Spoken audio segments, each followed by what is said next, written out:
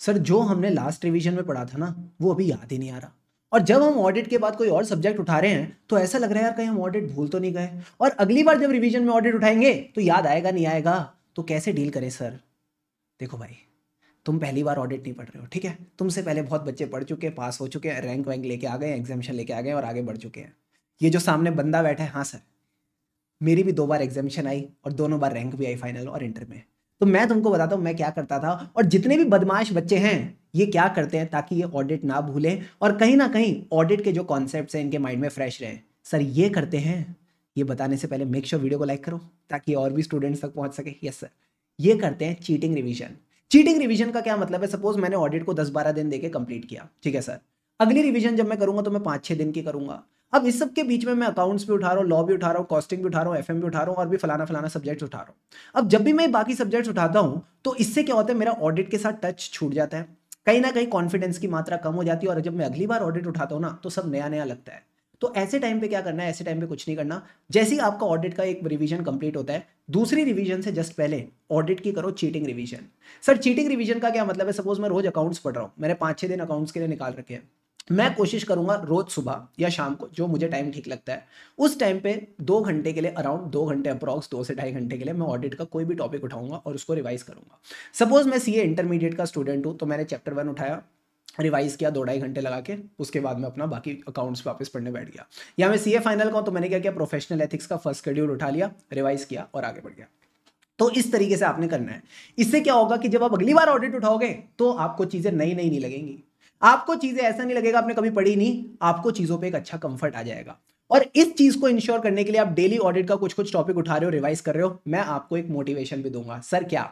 Every evening on our Telegram channel हम रखेंगे MCQ quizzes. Yes, बिल्कुल सही सुना आपने। मैं आपको जो भी टॉपिक दूंगा उससे आपको मैं 5 सेलेक्टेड एमसीक्यूज पूछने वाला हूं, और वो एमसीक्यू मेरे नहीं होंगे, पूरे के पूरे आईसीआई मटेरियल बेस्ड होंगे। तो जो आईसीआई ने केस स्टडी सिनेरियो बुकलेट दे रखी है, ठीक है, जो उसने केस सिनेरियो बुकलेट हमको दे रखी है, वहां से मैं आपके लिए सिलेक्टेड एमसीक्यूज 5 एमसीक्यू आपसे पूछूंगा। तो उससे आपको ये भी अंदाजा हो जाएगा जो आपने पढ़ा क्या आप उसके बेसिस पे प्रॉपर एमसीक्यू सॉल्व कर पा रहे हो कि नहीं, ठीक है। तो वो प्रॉपर कॉन्सेप्चुअल एमसीक्यूज में पूछूंगा। इसी के साथ साथ मैं आपको एक डिस्क्रिप्टिव क्वेश्चन भी दूंगा फ्रॉम अवर क्वेश्चन बैंक, जो आपको आराम से 5 नंबर के क्वेश्चन के लिए 9 मिनट्स मिलते हैं। मैं आपको 10 मिनट्स दूंगा प्रॉपर्ली उस क्वेश्चन को सॉल्व करने के लिए, लिखने के लिए, and then I will share the suggested answer with you, ताकि आप अपने आंसर को कंपेयर कर सको कि आप चीजों को अच्छे से लिख पा रहे हो या नहीं। एंड डेली इस तरह से मैं आपको टारगेट्स दूंगा। ये कारवां चलेगा फॉर 20 डेज, बिल्कुल सही सुना आपने, 20 डेज हम इस कारवां को चलाएंगे and the things will be done done done done. So ये जो डेली ऑडिट टारगेट्स है 20 डेज के लिए कल से शुरू हो रहे हैं हमारे टेलीग्राम चैनल पे। सो कल से जब ये कारवां शुरू होगा तो आपने पार्टिसिपेट करना है, and by 18th of August almost आपका जो ऑडिट का 90-95% सिलेबस है एकदम अच्छे से कवर हो जाएगा। जितने भी बढ़िया तड़कते भड़कते टॉपिक्स हैं उनको आप एकदम अच्छे से रिवाइज कर चुके होंगे। बिकॉज एक बात समझना, आज के टाइम पे जो सबसे ज्यादा इंपॉर्टेंट चीज है वो है रिवीजन।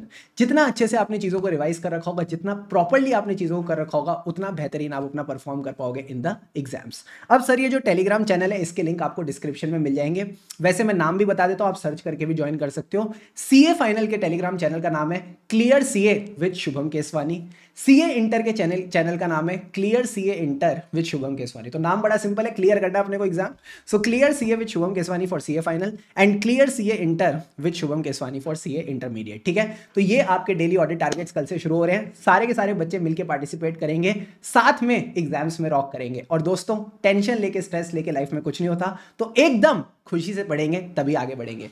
मेरा सपोर्ट आप सबके साथ है on YouTube. Revision videos, RTP MTP videos आपको यहाँ पे मिलती रहती है, ठीक है। तो जो भी अपडेट्स होते हैं वो भी हम टेलीग्राम चैनल पे शेयर करते रहते हैं। तो no need to worry about, just stay connected to our Telegram channels for all updates, ठीक है। तो यही बात मुझे आपको बतानी थी। आई एम श्योर आप लोग इस चीज में पार्टिसिपेट करेंगे, बिकॉज सबका साथ सबका विकास, ठीक है। तो सारे स्टूडेंट साथ में रहेंगे और देखेंगे यार ये भी अपना आंसर दे रहा है, ये भी आंसर दे रहा है, मेरा ये आंसर सही हो गया, ये गलत हो गया।